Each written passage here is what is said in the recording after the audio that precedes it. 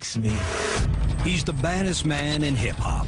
Yo, the bottom line is, I'm a crook with a deal. If my record don't sell, I'm a rob and steal. Who hustled his way to the top. Don't come to a fight with Fifth with a knife. You better come with your guns, because he is gonna destroy you. I was like, wow, this guy's gonna make a lot of enemies. I aim straight for you. This guy's crazy. But for 50 Cent, success didn't come easy. His mother's murder was just the beginning. I found her laying dead. Someone put something in a drink, and then they turned the gas on. Dealing crack, he played a dangerous game until he found a new hustle. Music. He was always confident. That's what struck me about him. He knew he was gonna blow. Bringing his street edge to the rap world, 50 Cent took on all challengers. 50 just punches him in his eye.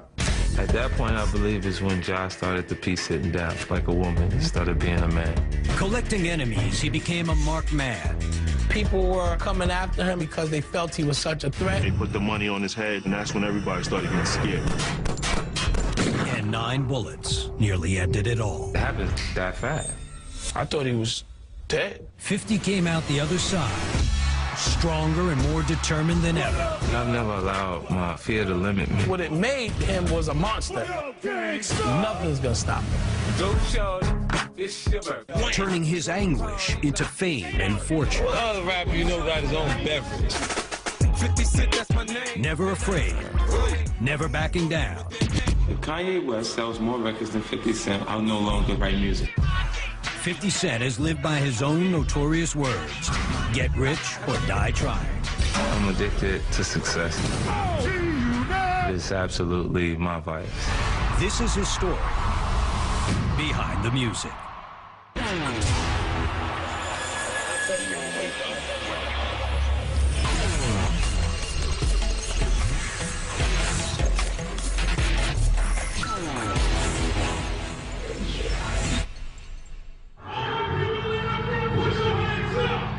It's a raucous night in California, and 50 Cent is about to hit the stage at the Bamboozle Fest. I'm nervous. Headlining a rock festival might seem strange for a hip-hop icon, but that's the kind of power 50 Cent wields.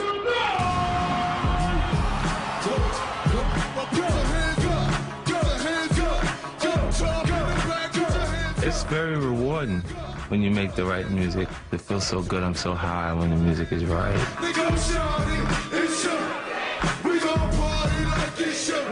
50 savors moments like these. They're a reminder of where he is and how far he's come. I've never allowed my fear to limit me.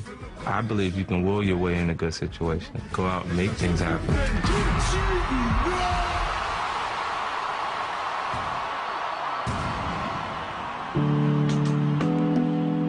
50 Cent was born Curtis James Jackson III on July 6, 1975 in Jamaica, Queens. His mother, Sabrina, was just 15. He never knew his father. I asked my mother one time, we was in the park. I saw a little boy throwing the football back and forth with his father. And I said, why I don't got no father, Mom? And she said, because you was special. He was born to the Immaculate Conception. Like Jesus, boy. Now go play.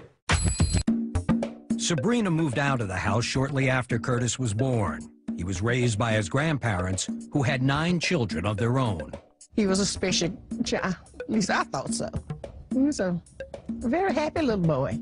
He was kind of like my son, because I had raised him with my other kids. But he was just the little weasel that was in the bunch. Curtis's mom wasn't around much. She was a drug dealer on the streets of Southside Jamaica, one of New York's roughest neighborhoods. She didn't see public assistance as an option. So she did what she had to do to take care of me, and I was hustling. It wasn't talked about, like, you know, we knew for sure that she was dealing drugs, but we knew that she had large sums of money. She spoiled him. Every time she come to see him, she would bring him a lot of presents. My mom was everything to me. Every time I seen her, it was Christmas. So I associated everything good with my mom's coming.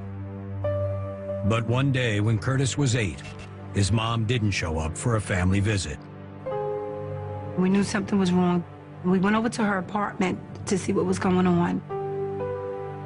When I went in the house, I found her laying dead. Someone put something in a drink, and then they turned the gas on. She spent a few days in the space that she was in after she passed away, so her body was all decomposed by the time they got to her.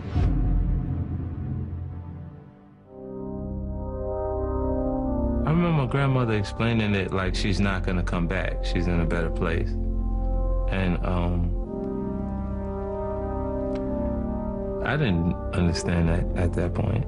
Well, he was a little boy, baby boy. You can't tell a child like that nothing much. He had went to the funeral and everything, but he didn't know what was going on. But I could tell he missed his mother.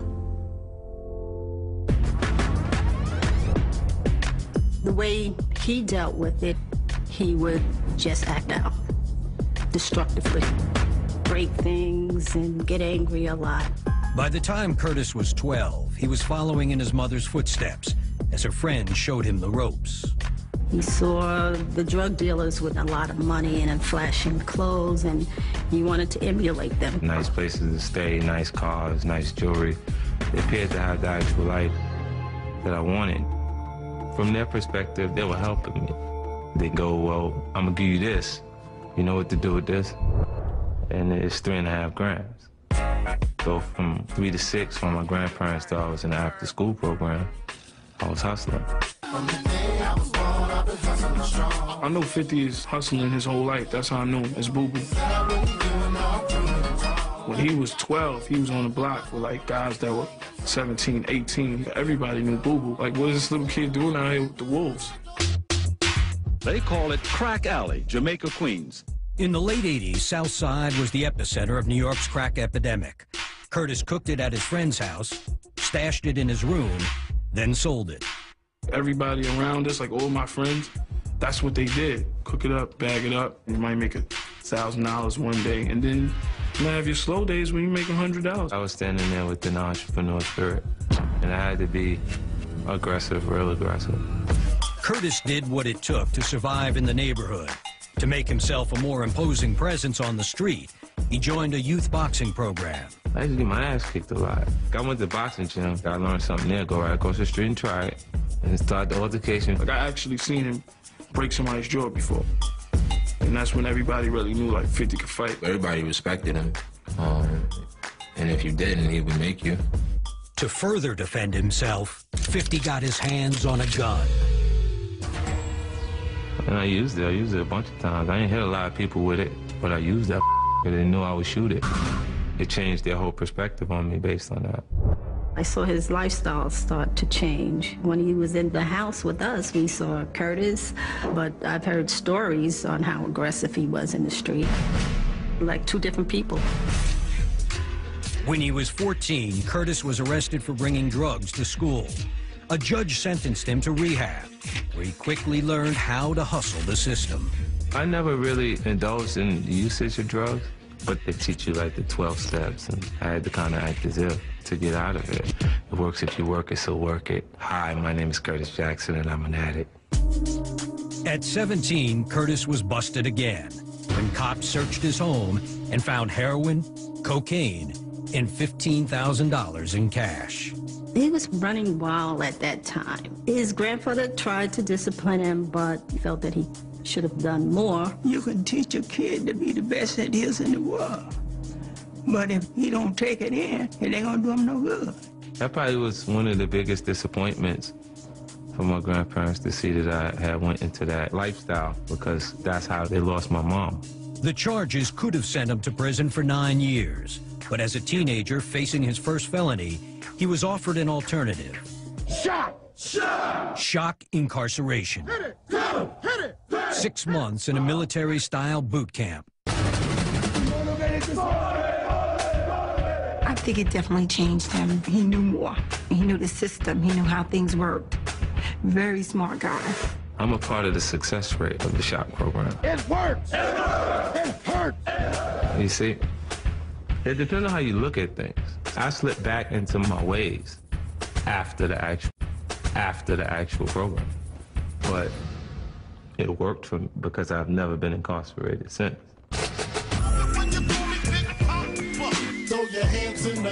Curtis went back to dealing, but he knew his luck would run out eventually. Everybody hustling thinks they're better than the last guy that did it. Somehow or another, they feel like they're gonna stop right before Scarface gets shot.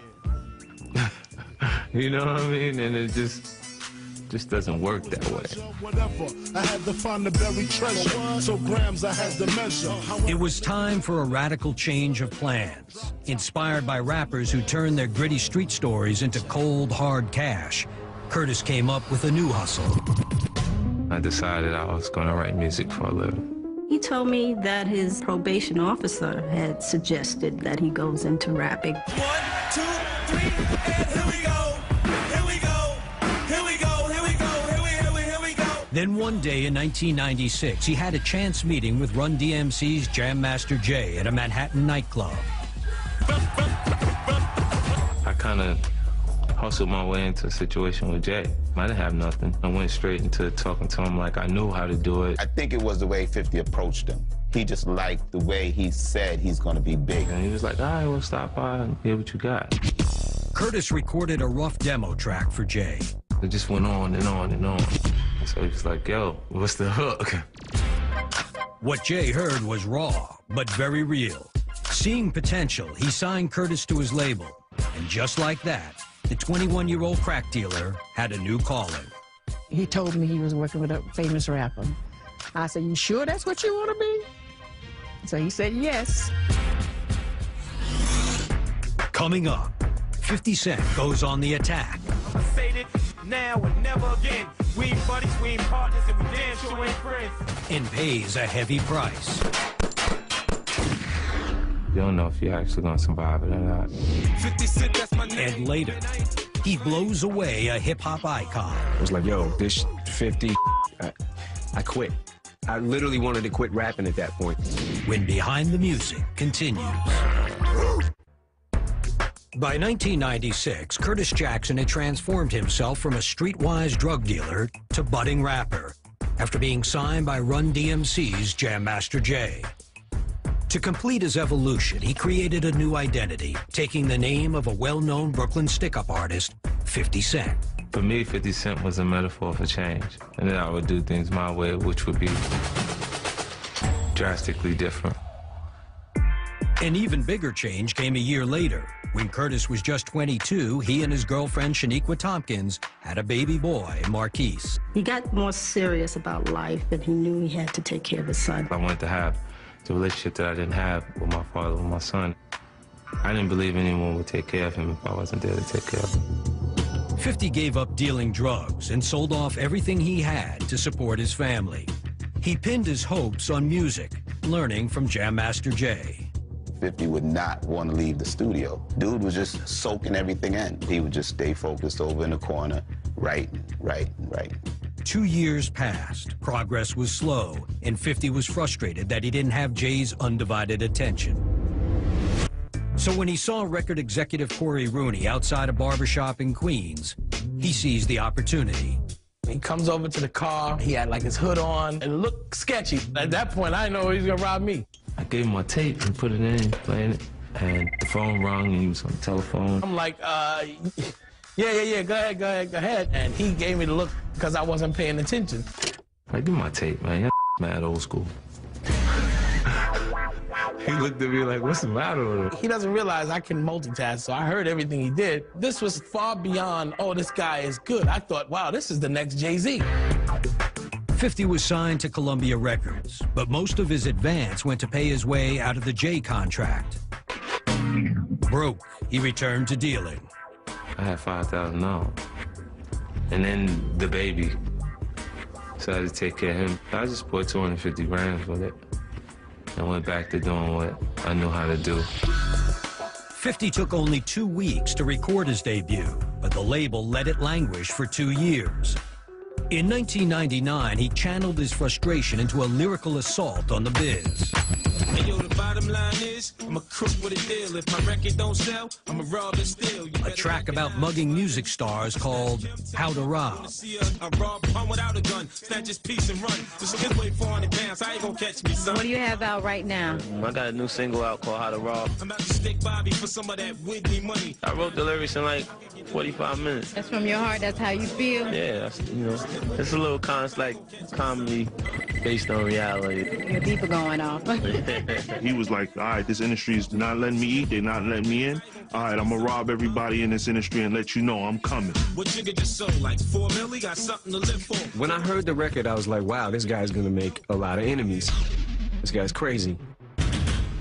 The single was a sensation. DMX, Big Pun, the Wu-Tang Clan, and Jay-Z all fired back. Go against Jigga, your ass is dense. I'm about $1, what the f is 50 cents? That right there, that's when everybody was like, all right, Jay just said his name. 50 cents. He's official. 50 Cent was making enemies, but none bigger than fellow Queens rapper Ja Rule. One of my homies robbed Ja for his chain. His energy shift towards me, and we ain't never been cool since. Fifth was the street dude, he wasn't. And Fifth was like, all right, I'm gonna get this little punk. Nobody likes me. Their animosity intensified when 50 Cent put the feud on record with Your Life's on the Line. I'ma say it now and never again. We ain't buddies, we ain't partners, and we damn sure ain't friends. The games you playing, you get rich like that. The ill will boiled over into a brawl in Atlanta.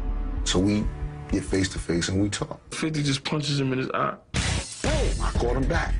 And now the fight ensued. We throwing down. And that's when the real beef started, because now it's a physical. See me when you see me. What? At that point, I believe is when Ja started to piece sitting down, like a woman instead of being a man. The violence escalated in March 2000 when Ja Rule's crew paid a visit to 50 at the Hit Factory recording studio in Manhattan. This time, someone pulled a knife. We had a knock on the door. They cut the lights off, they ran in swinging these, steak knives. I seen 50 pick up one of the speakers. Boom, hit one of them guys. Blood everywhere. And they cut 50. They called it a stabbing, and it sounded more graphic than it actually was. See, this is what they did to me, little boo-boo. It wasn't too bad. I had 3 stitches. I got worse riding my pedal bike. 50's rep as rap's new bad boy was growing. From that actual altercation, it started to spiral out of control. People were coming after him because they felt he was such a threat. It got ugly. He didn't know who to trust. They put the money on his head. You didn't know what was next, and you didn't know who would do it. And that's when everybody started getting scared. May 24th, 2000. Something finally caught up with 50 outside his grandmother's house in Queens. He was going out the door, in which I went out behind him. My son was in the house, and my grandmother was in the front yard. I stopped to weed the flowers. 50 got into the back seat of a friend's car. Another car pulled up beside them. It happened that fast. I hear something shooting like firecrackers. I thought it was kids. I was going to yell at them. But when I see this guy pointing in the car, and I says, oh, that's the car my grandson got in. 50 reached for his gun, but it wasn't cocked. When I put the gun out the actual window, he shot down at my hand and moved away. So I got hit my thumb and came out the top of my pinky. That's why I ain't got no knuckle on my right hand. He was also hit in his face, his legs, 9 bullets in all. Fired at close range. I can't give you the movie moment because I didn't look down the barrel of the gun. And then I started yelling. Then they run. Blood gushed all over the back seat as the friend sped toward a hospital, stopping only to dump 50's gun in a sewer. I kept saying, oh, son, you shot me in my face, huh? Look in the mirror in the middle of the car. 50 was rushed into surgery. You don't know if you're actually gonna survive it or not. I get that call, told me 50 got shot. So I run to his block, and then I just see shells all over. They had homicide police. I thought he was dead. Coming up, 50 faces his darkest hour. At one point in the hospital room, he lifted his hand and went like this. It kind of made you feel like the only thing that you could really do legitimately is find the source of the actual problem and just kill him. In the spring of 2000, 50 Cent was on the cusp of rap stardom when he was ambushed outside his grandmother's house in Queens and shot 9 times.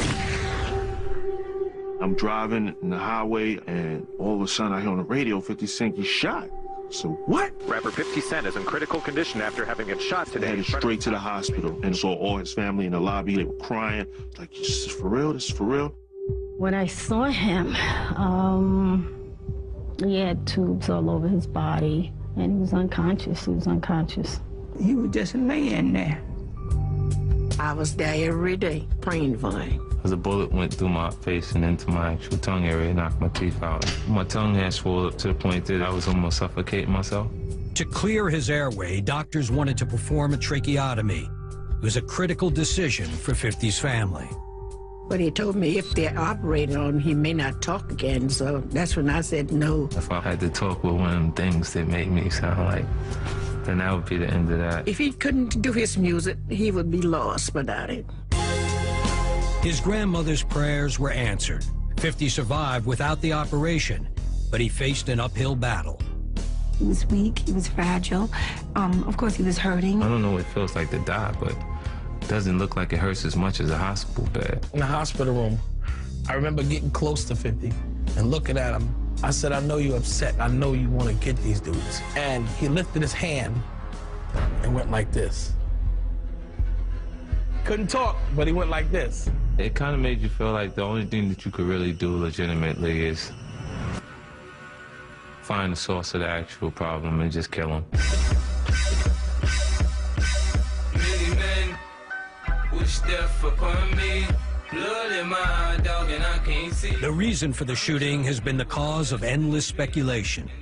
Kept popping up that it had something to do with the stabbing and connected to Ja Rule's record label, Murder Inc., and that's what the word on the street was. There's speculation that a guy named Hama was the one who did it. He was paid off to do it. Hama was found dead about 2 weeks or so later. There was no direct connection ever made to 50's shooting. The Bible, it says, what goes around comes around. Hama, 3 weeks later, he got down. The streets know what happened, 50 knows what happened, and that's what, matters at the end of the day. After leaving the hospital, he retreated to Pennsylvania's Pocono Mountains, where his girlfriend's mother owned a house. 50 was safe, but in excruciating pain, unable to walk, his jaw wired shut. There was a sadness that he had, and that sadness was because he didn't know what was going to happen with the rest of his life. The actual shooting. That's not even the most painful thing I went through. The most pain I've been through is the confusion. Not knowing whether I'd be able to do rap for a living. Ever the survivor, 50 began the grueling process of rebuilding his body. I've never allowed my fear to limit me. I'll figure out how to get past it. I think everything else is smaller than the loss of my mom. When he came back around after the shooting, he had slimmed up, he chiseled up. He looked like the Terminator. What did not kill him definitely made him stronger. 50 was ready to conquer hip-hop, but there was one problem. His label, Columbia, was scared off by all the controversy. He was complete level 7 threat. Listen, they wanted him dead. The money was on his head. No executive wanted to be around him. They didn't want to inherit no problem. So they said, okay, let this guy go. They dropped me. Like I couldn't even get them to answer the phone. 50 approached other labels, but found no takers. We went to so many record labels where executives were actually shaking while we're in the meeting, shaking, knees shaking. We riding around bulletproof vests on. It was crazy. A vest and having a pistol that was already cocked was mandatory. P. Diddy offered 50 a job as a songwriter, but he wasn't exactly thrilled to find out his new employee was packing. Puffy was the first person to call me back to work. I was in his office, like I just heard an altercation outside, and he came in and I pulled my pistol out. They put it on the desk and they were like, oh, it's really real. I had developed the paranoia. As soon as something don't feel right, I'm shooting whoever because I'm not getting shot again. Puff was a little like, yo, I don't need this in my life right now, which is understandable. Bad boy for life. He went down that road. That was the last time he called me to write music. Rejected yet again, 50 knew that he would have to do it on his own.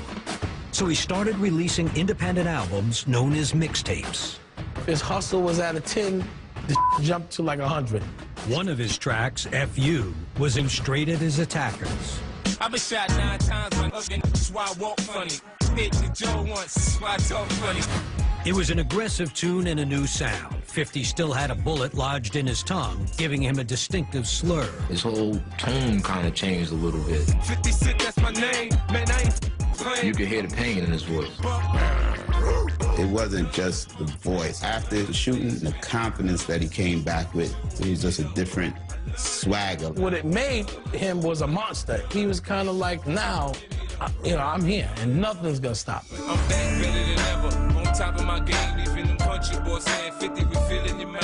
Capitalizing on the moment, he formed the group G-Unit with 2 friends from the neighborhood. That's Tony Yayo. That's Roy Banks. With a growing reputation on the street, they hit the road, selling out show after show. For the first time, 50's music was paying off. I remember having like $80,000 in the house. I thought I was rich. It's like, this is gonna work. Now, 50 didn't have to call the record companies. They were calling him. It was a bidding war because of the actual heat I was developing in the street. All of a sudden, we had deals on the table. Yeah, like 7 different labels, and I'm hearing all kind of crazy numbers. Me, I think I would have grabbed the first deal. I hear him say $1 million, and I'm looking at Fit Boy. Take it. He was like, no, I'll just wait it out. Eminem, who had his own label, Shady Records, had no hesitation. I got the Guess Who's Back mixtape, and I remember just listening to the first song like, wow. It was like every single song that came on ended up becoming like one of my favorite songs. I felt like 50 was gonna be gigantic. Within them couple of days, I had brought him to Dre and was like, yo, you need to hear 50. I played him one record, and he was like, let's do it. He called me, and it wasn't even like business hours. It was like fly out in the middle of the night, and I just said, all right, I'm going. I remember when he walked in, I was excited to meet him and was like, homie, I'm a fan. And I just started like, I think I started like blurting out songs and lyrics and pretty much knew him by heart, you know, and was like kind of on some fan. He was so excited, he made me nervous. Like, he was like, yo, I'm telling you, this is it, this and that. And I was like, it's like, yo. He didn't really say too much, and I was kind of wondering, like, does this guy like me? Coming up, 50 becomes the hottest artist in hip-hop. But trouble is never far away. The police are called and say we think someone's assassinating rappers, and if it's Jam Master Jay, then 50 must be next. When Behind the Music continues. I've been patiently waiting for a track to explode. In 2002, just 2 years after being shot 9 times and dumped by his record label, 50 Cent boarded a plane for LA to ink a deal with Eminem and Dr. Dre. Em just heard the music, and he did it based on the music. Me and Dre obviously were not strangers to controversy. We were like, let's let this guy be what he is. Let 50 be 50.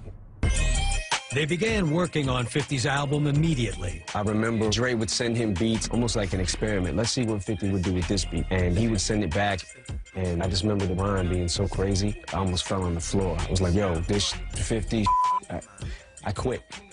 I literally wanted to quit rapping at that point.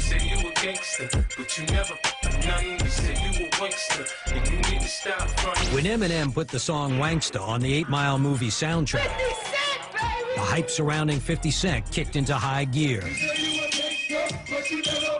Wanksta just blew up. It was making such a buzz in New York that it just became massive. Wanksta is absolutely the anthem for the ghetto right now. We ain't gotta sell drugs no more. Make some noise! New era right here. Check my man out, 50 Cent. But just when it seemed like everything was going his way, violence once again shook 50's world. The rap world has lost a pioneer, Jam Master Jay of the popular group Run DMC. He was shot to death at his recording studio in New York City last night. On October 30th, 2002, 50's mentor, Jam Master Jay, was gunned down. A gunman burst into Jam Master Jay's recording studio and shot him once in the head. Man, It was devastating. When Jay got killed, it was such a surprise. I was supposed to meet him the day that he passed away. And I couldn't figure out why, like, somebody would want to do that. He's not, like, the guy that has a lot of visible enemies. Police speculated that the hit was actually meant for 50. They was putting out all sorts of crazy stuff. They was pretty much thinking that 50 had something to do with Jam Master Jay getting murdered. All right, that's enough. 50 Cent is considered a potential target by the same person who killed rapper Jam Master Jay. So it was a very upsetting situation. The police call and say we think someone's assassinating rappers, and if it's Jam Master Jay, then 50 must be next. They said maybe somebody did it to send me a message. The murder has never been solved. Sadly, Jay didn't live to see 50 Cent become a star. In January 2003, 50 released the single In the Club. Go shorty, it's your birthday. We gon' party like it's your birthday. And the club came and it was over. Life changed. Bye. I'm out of here. When we did In the Club, I was thinking the celebration of life. Every day is someone's birthday, and then it won't get old. A month later, 50 released his debut album, Get Rich or Die Trying. His time had finally come. What's up? What's up? What up, blood? What up, cuz? What up, blood? What up, gangsta? They did like 800,000 the first week, and we was like, what? And the second week came in and there was no drop off, and I was like, wow. I remember sitting on the bus with him and he's like, I know this feeling ain't gonna happen again, so I'm gonna just sit here and just soak it up. He was amazed, man. He was amazed.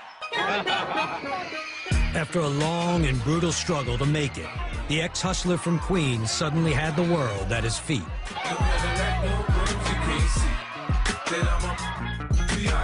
And the award for Best Rap Video goes to 50 Cent. So just how big are you now? Oh, great, man. I'm starting to get big, man. He got that fame, and I think he just gobbled it up. So in 2003 and 2005, I think I seen representation of every kind of God made. The girls were there, man. It was crazy.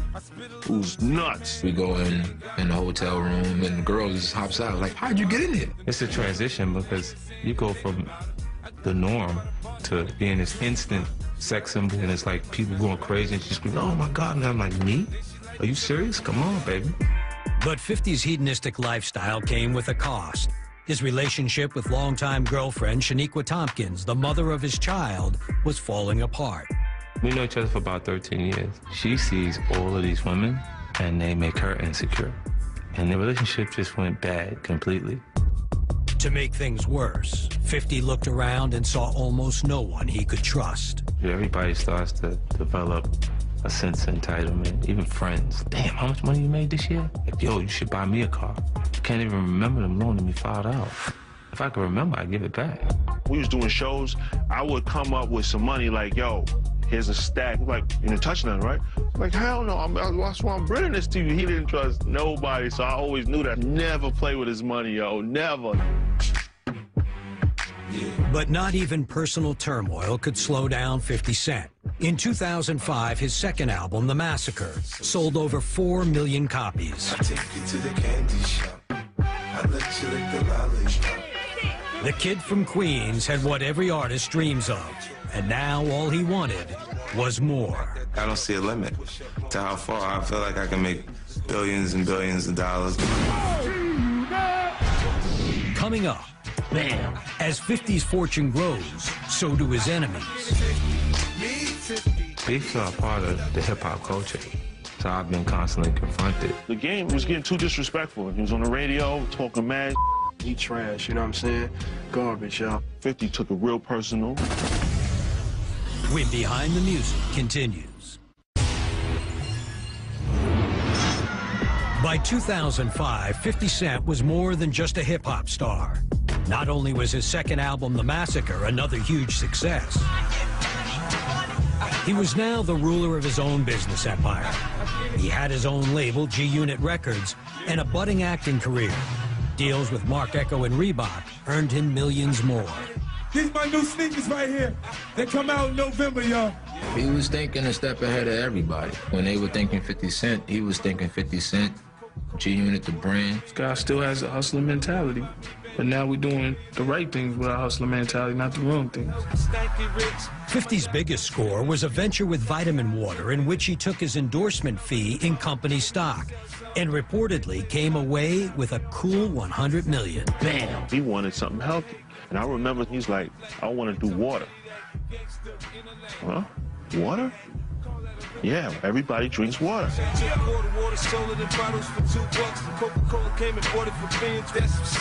Man, that was the illest deal of the century right there. I wish I had stocks on that. What other rapper you know got his own beverage? We've made more money on our brand extensions than selling records.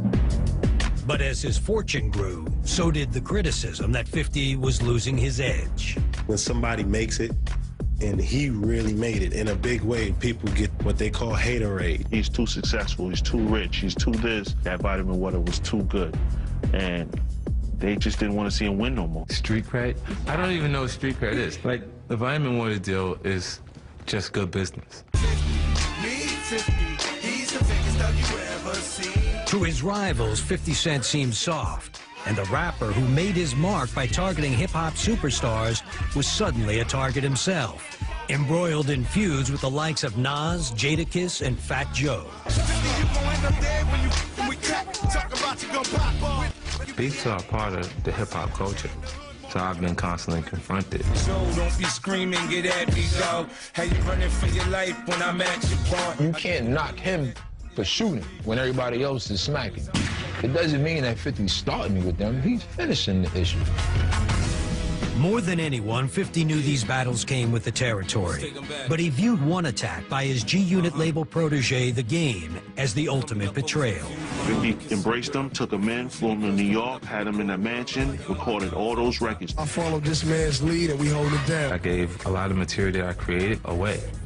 Like, I put that on to create Game's album.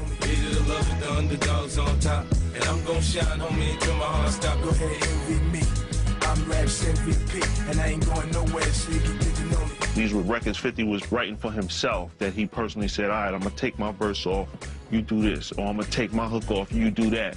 So he helped mold this whole shape.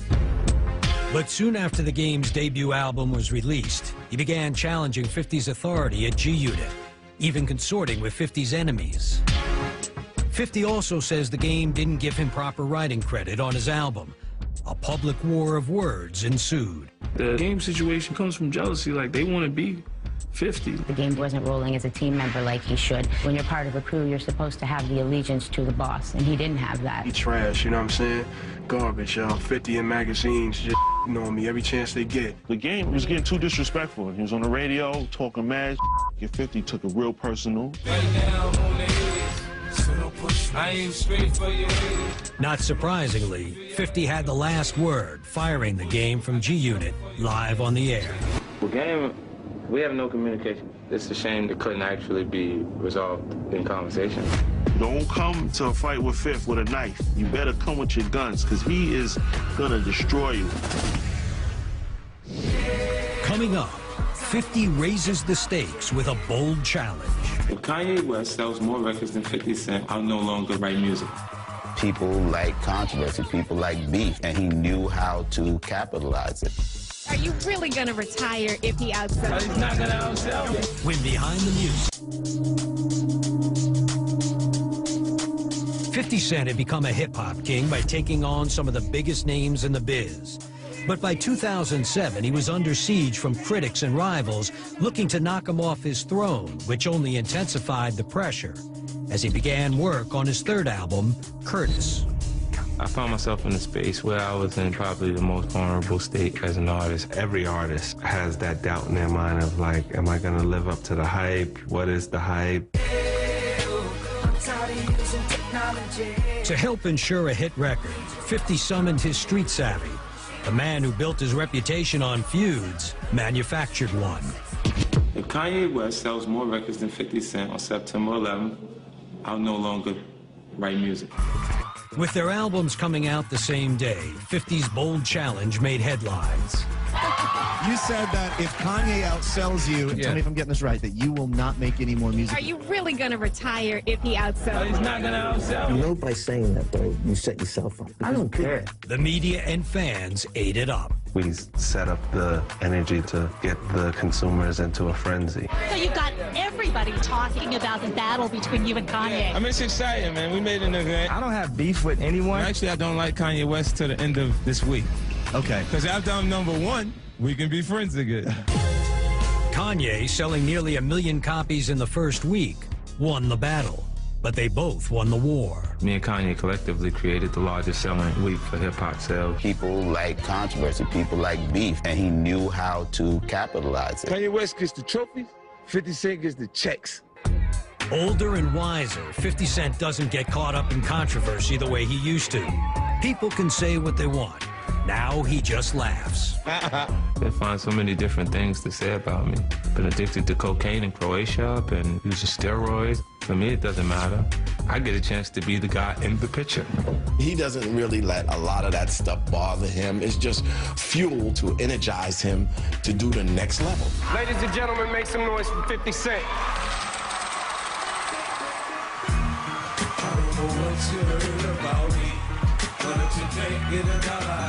50 shows time and again that he hasn't lost the edge honed on the violent streets of Queens. Shout out to everybody in South Jamaica, Queens.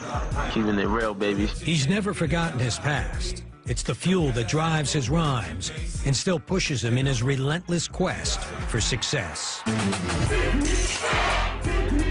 think that 50 wants to go back to what made people love him in the first place. 50's a hustler. It's pretty much in his blood. Right now, creatively, I find more significance in the struggle. I reflect on how far I've came. If I could ask my mom a question, I'd probably ask her, how do I look? Because I know she's been with me the whole time. People surprise you. You might think they gonna be a nothing and wind up being a something. He just took off. I mean, like the wind is blowing, he just took off.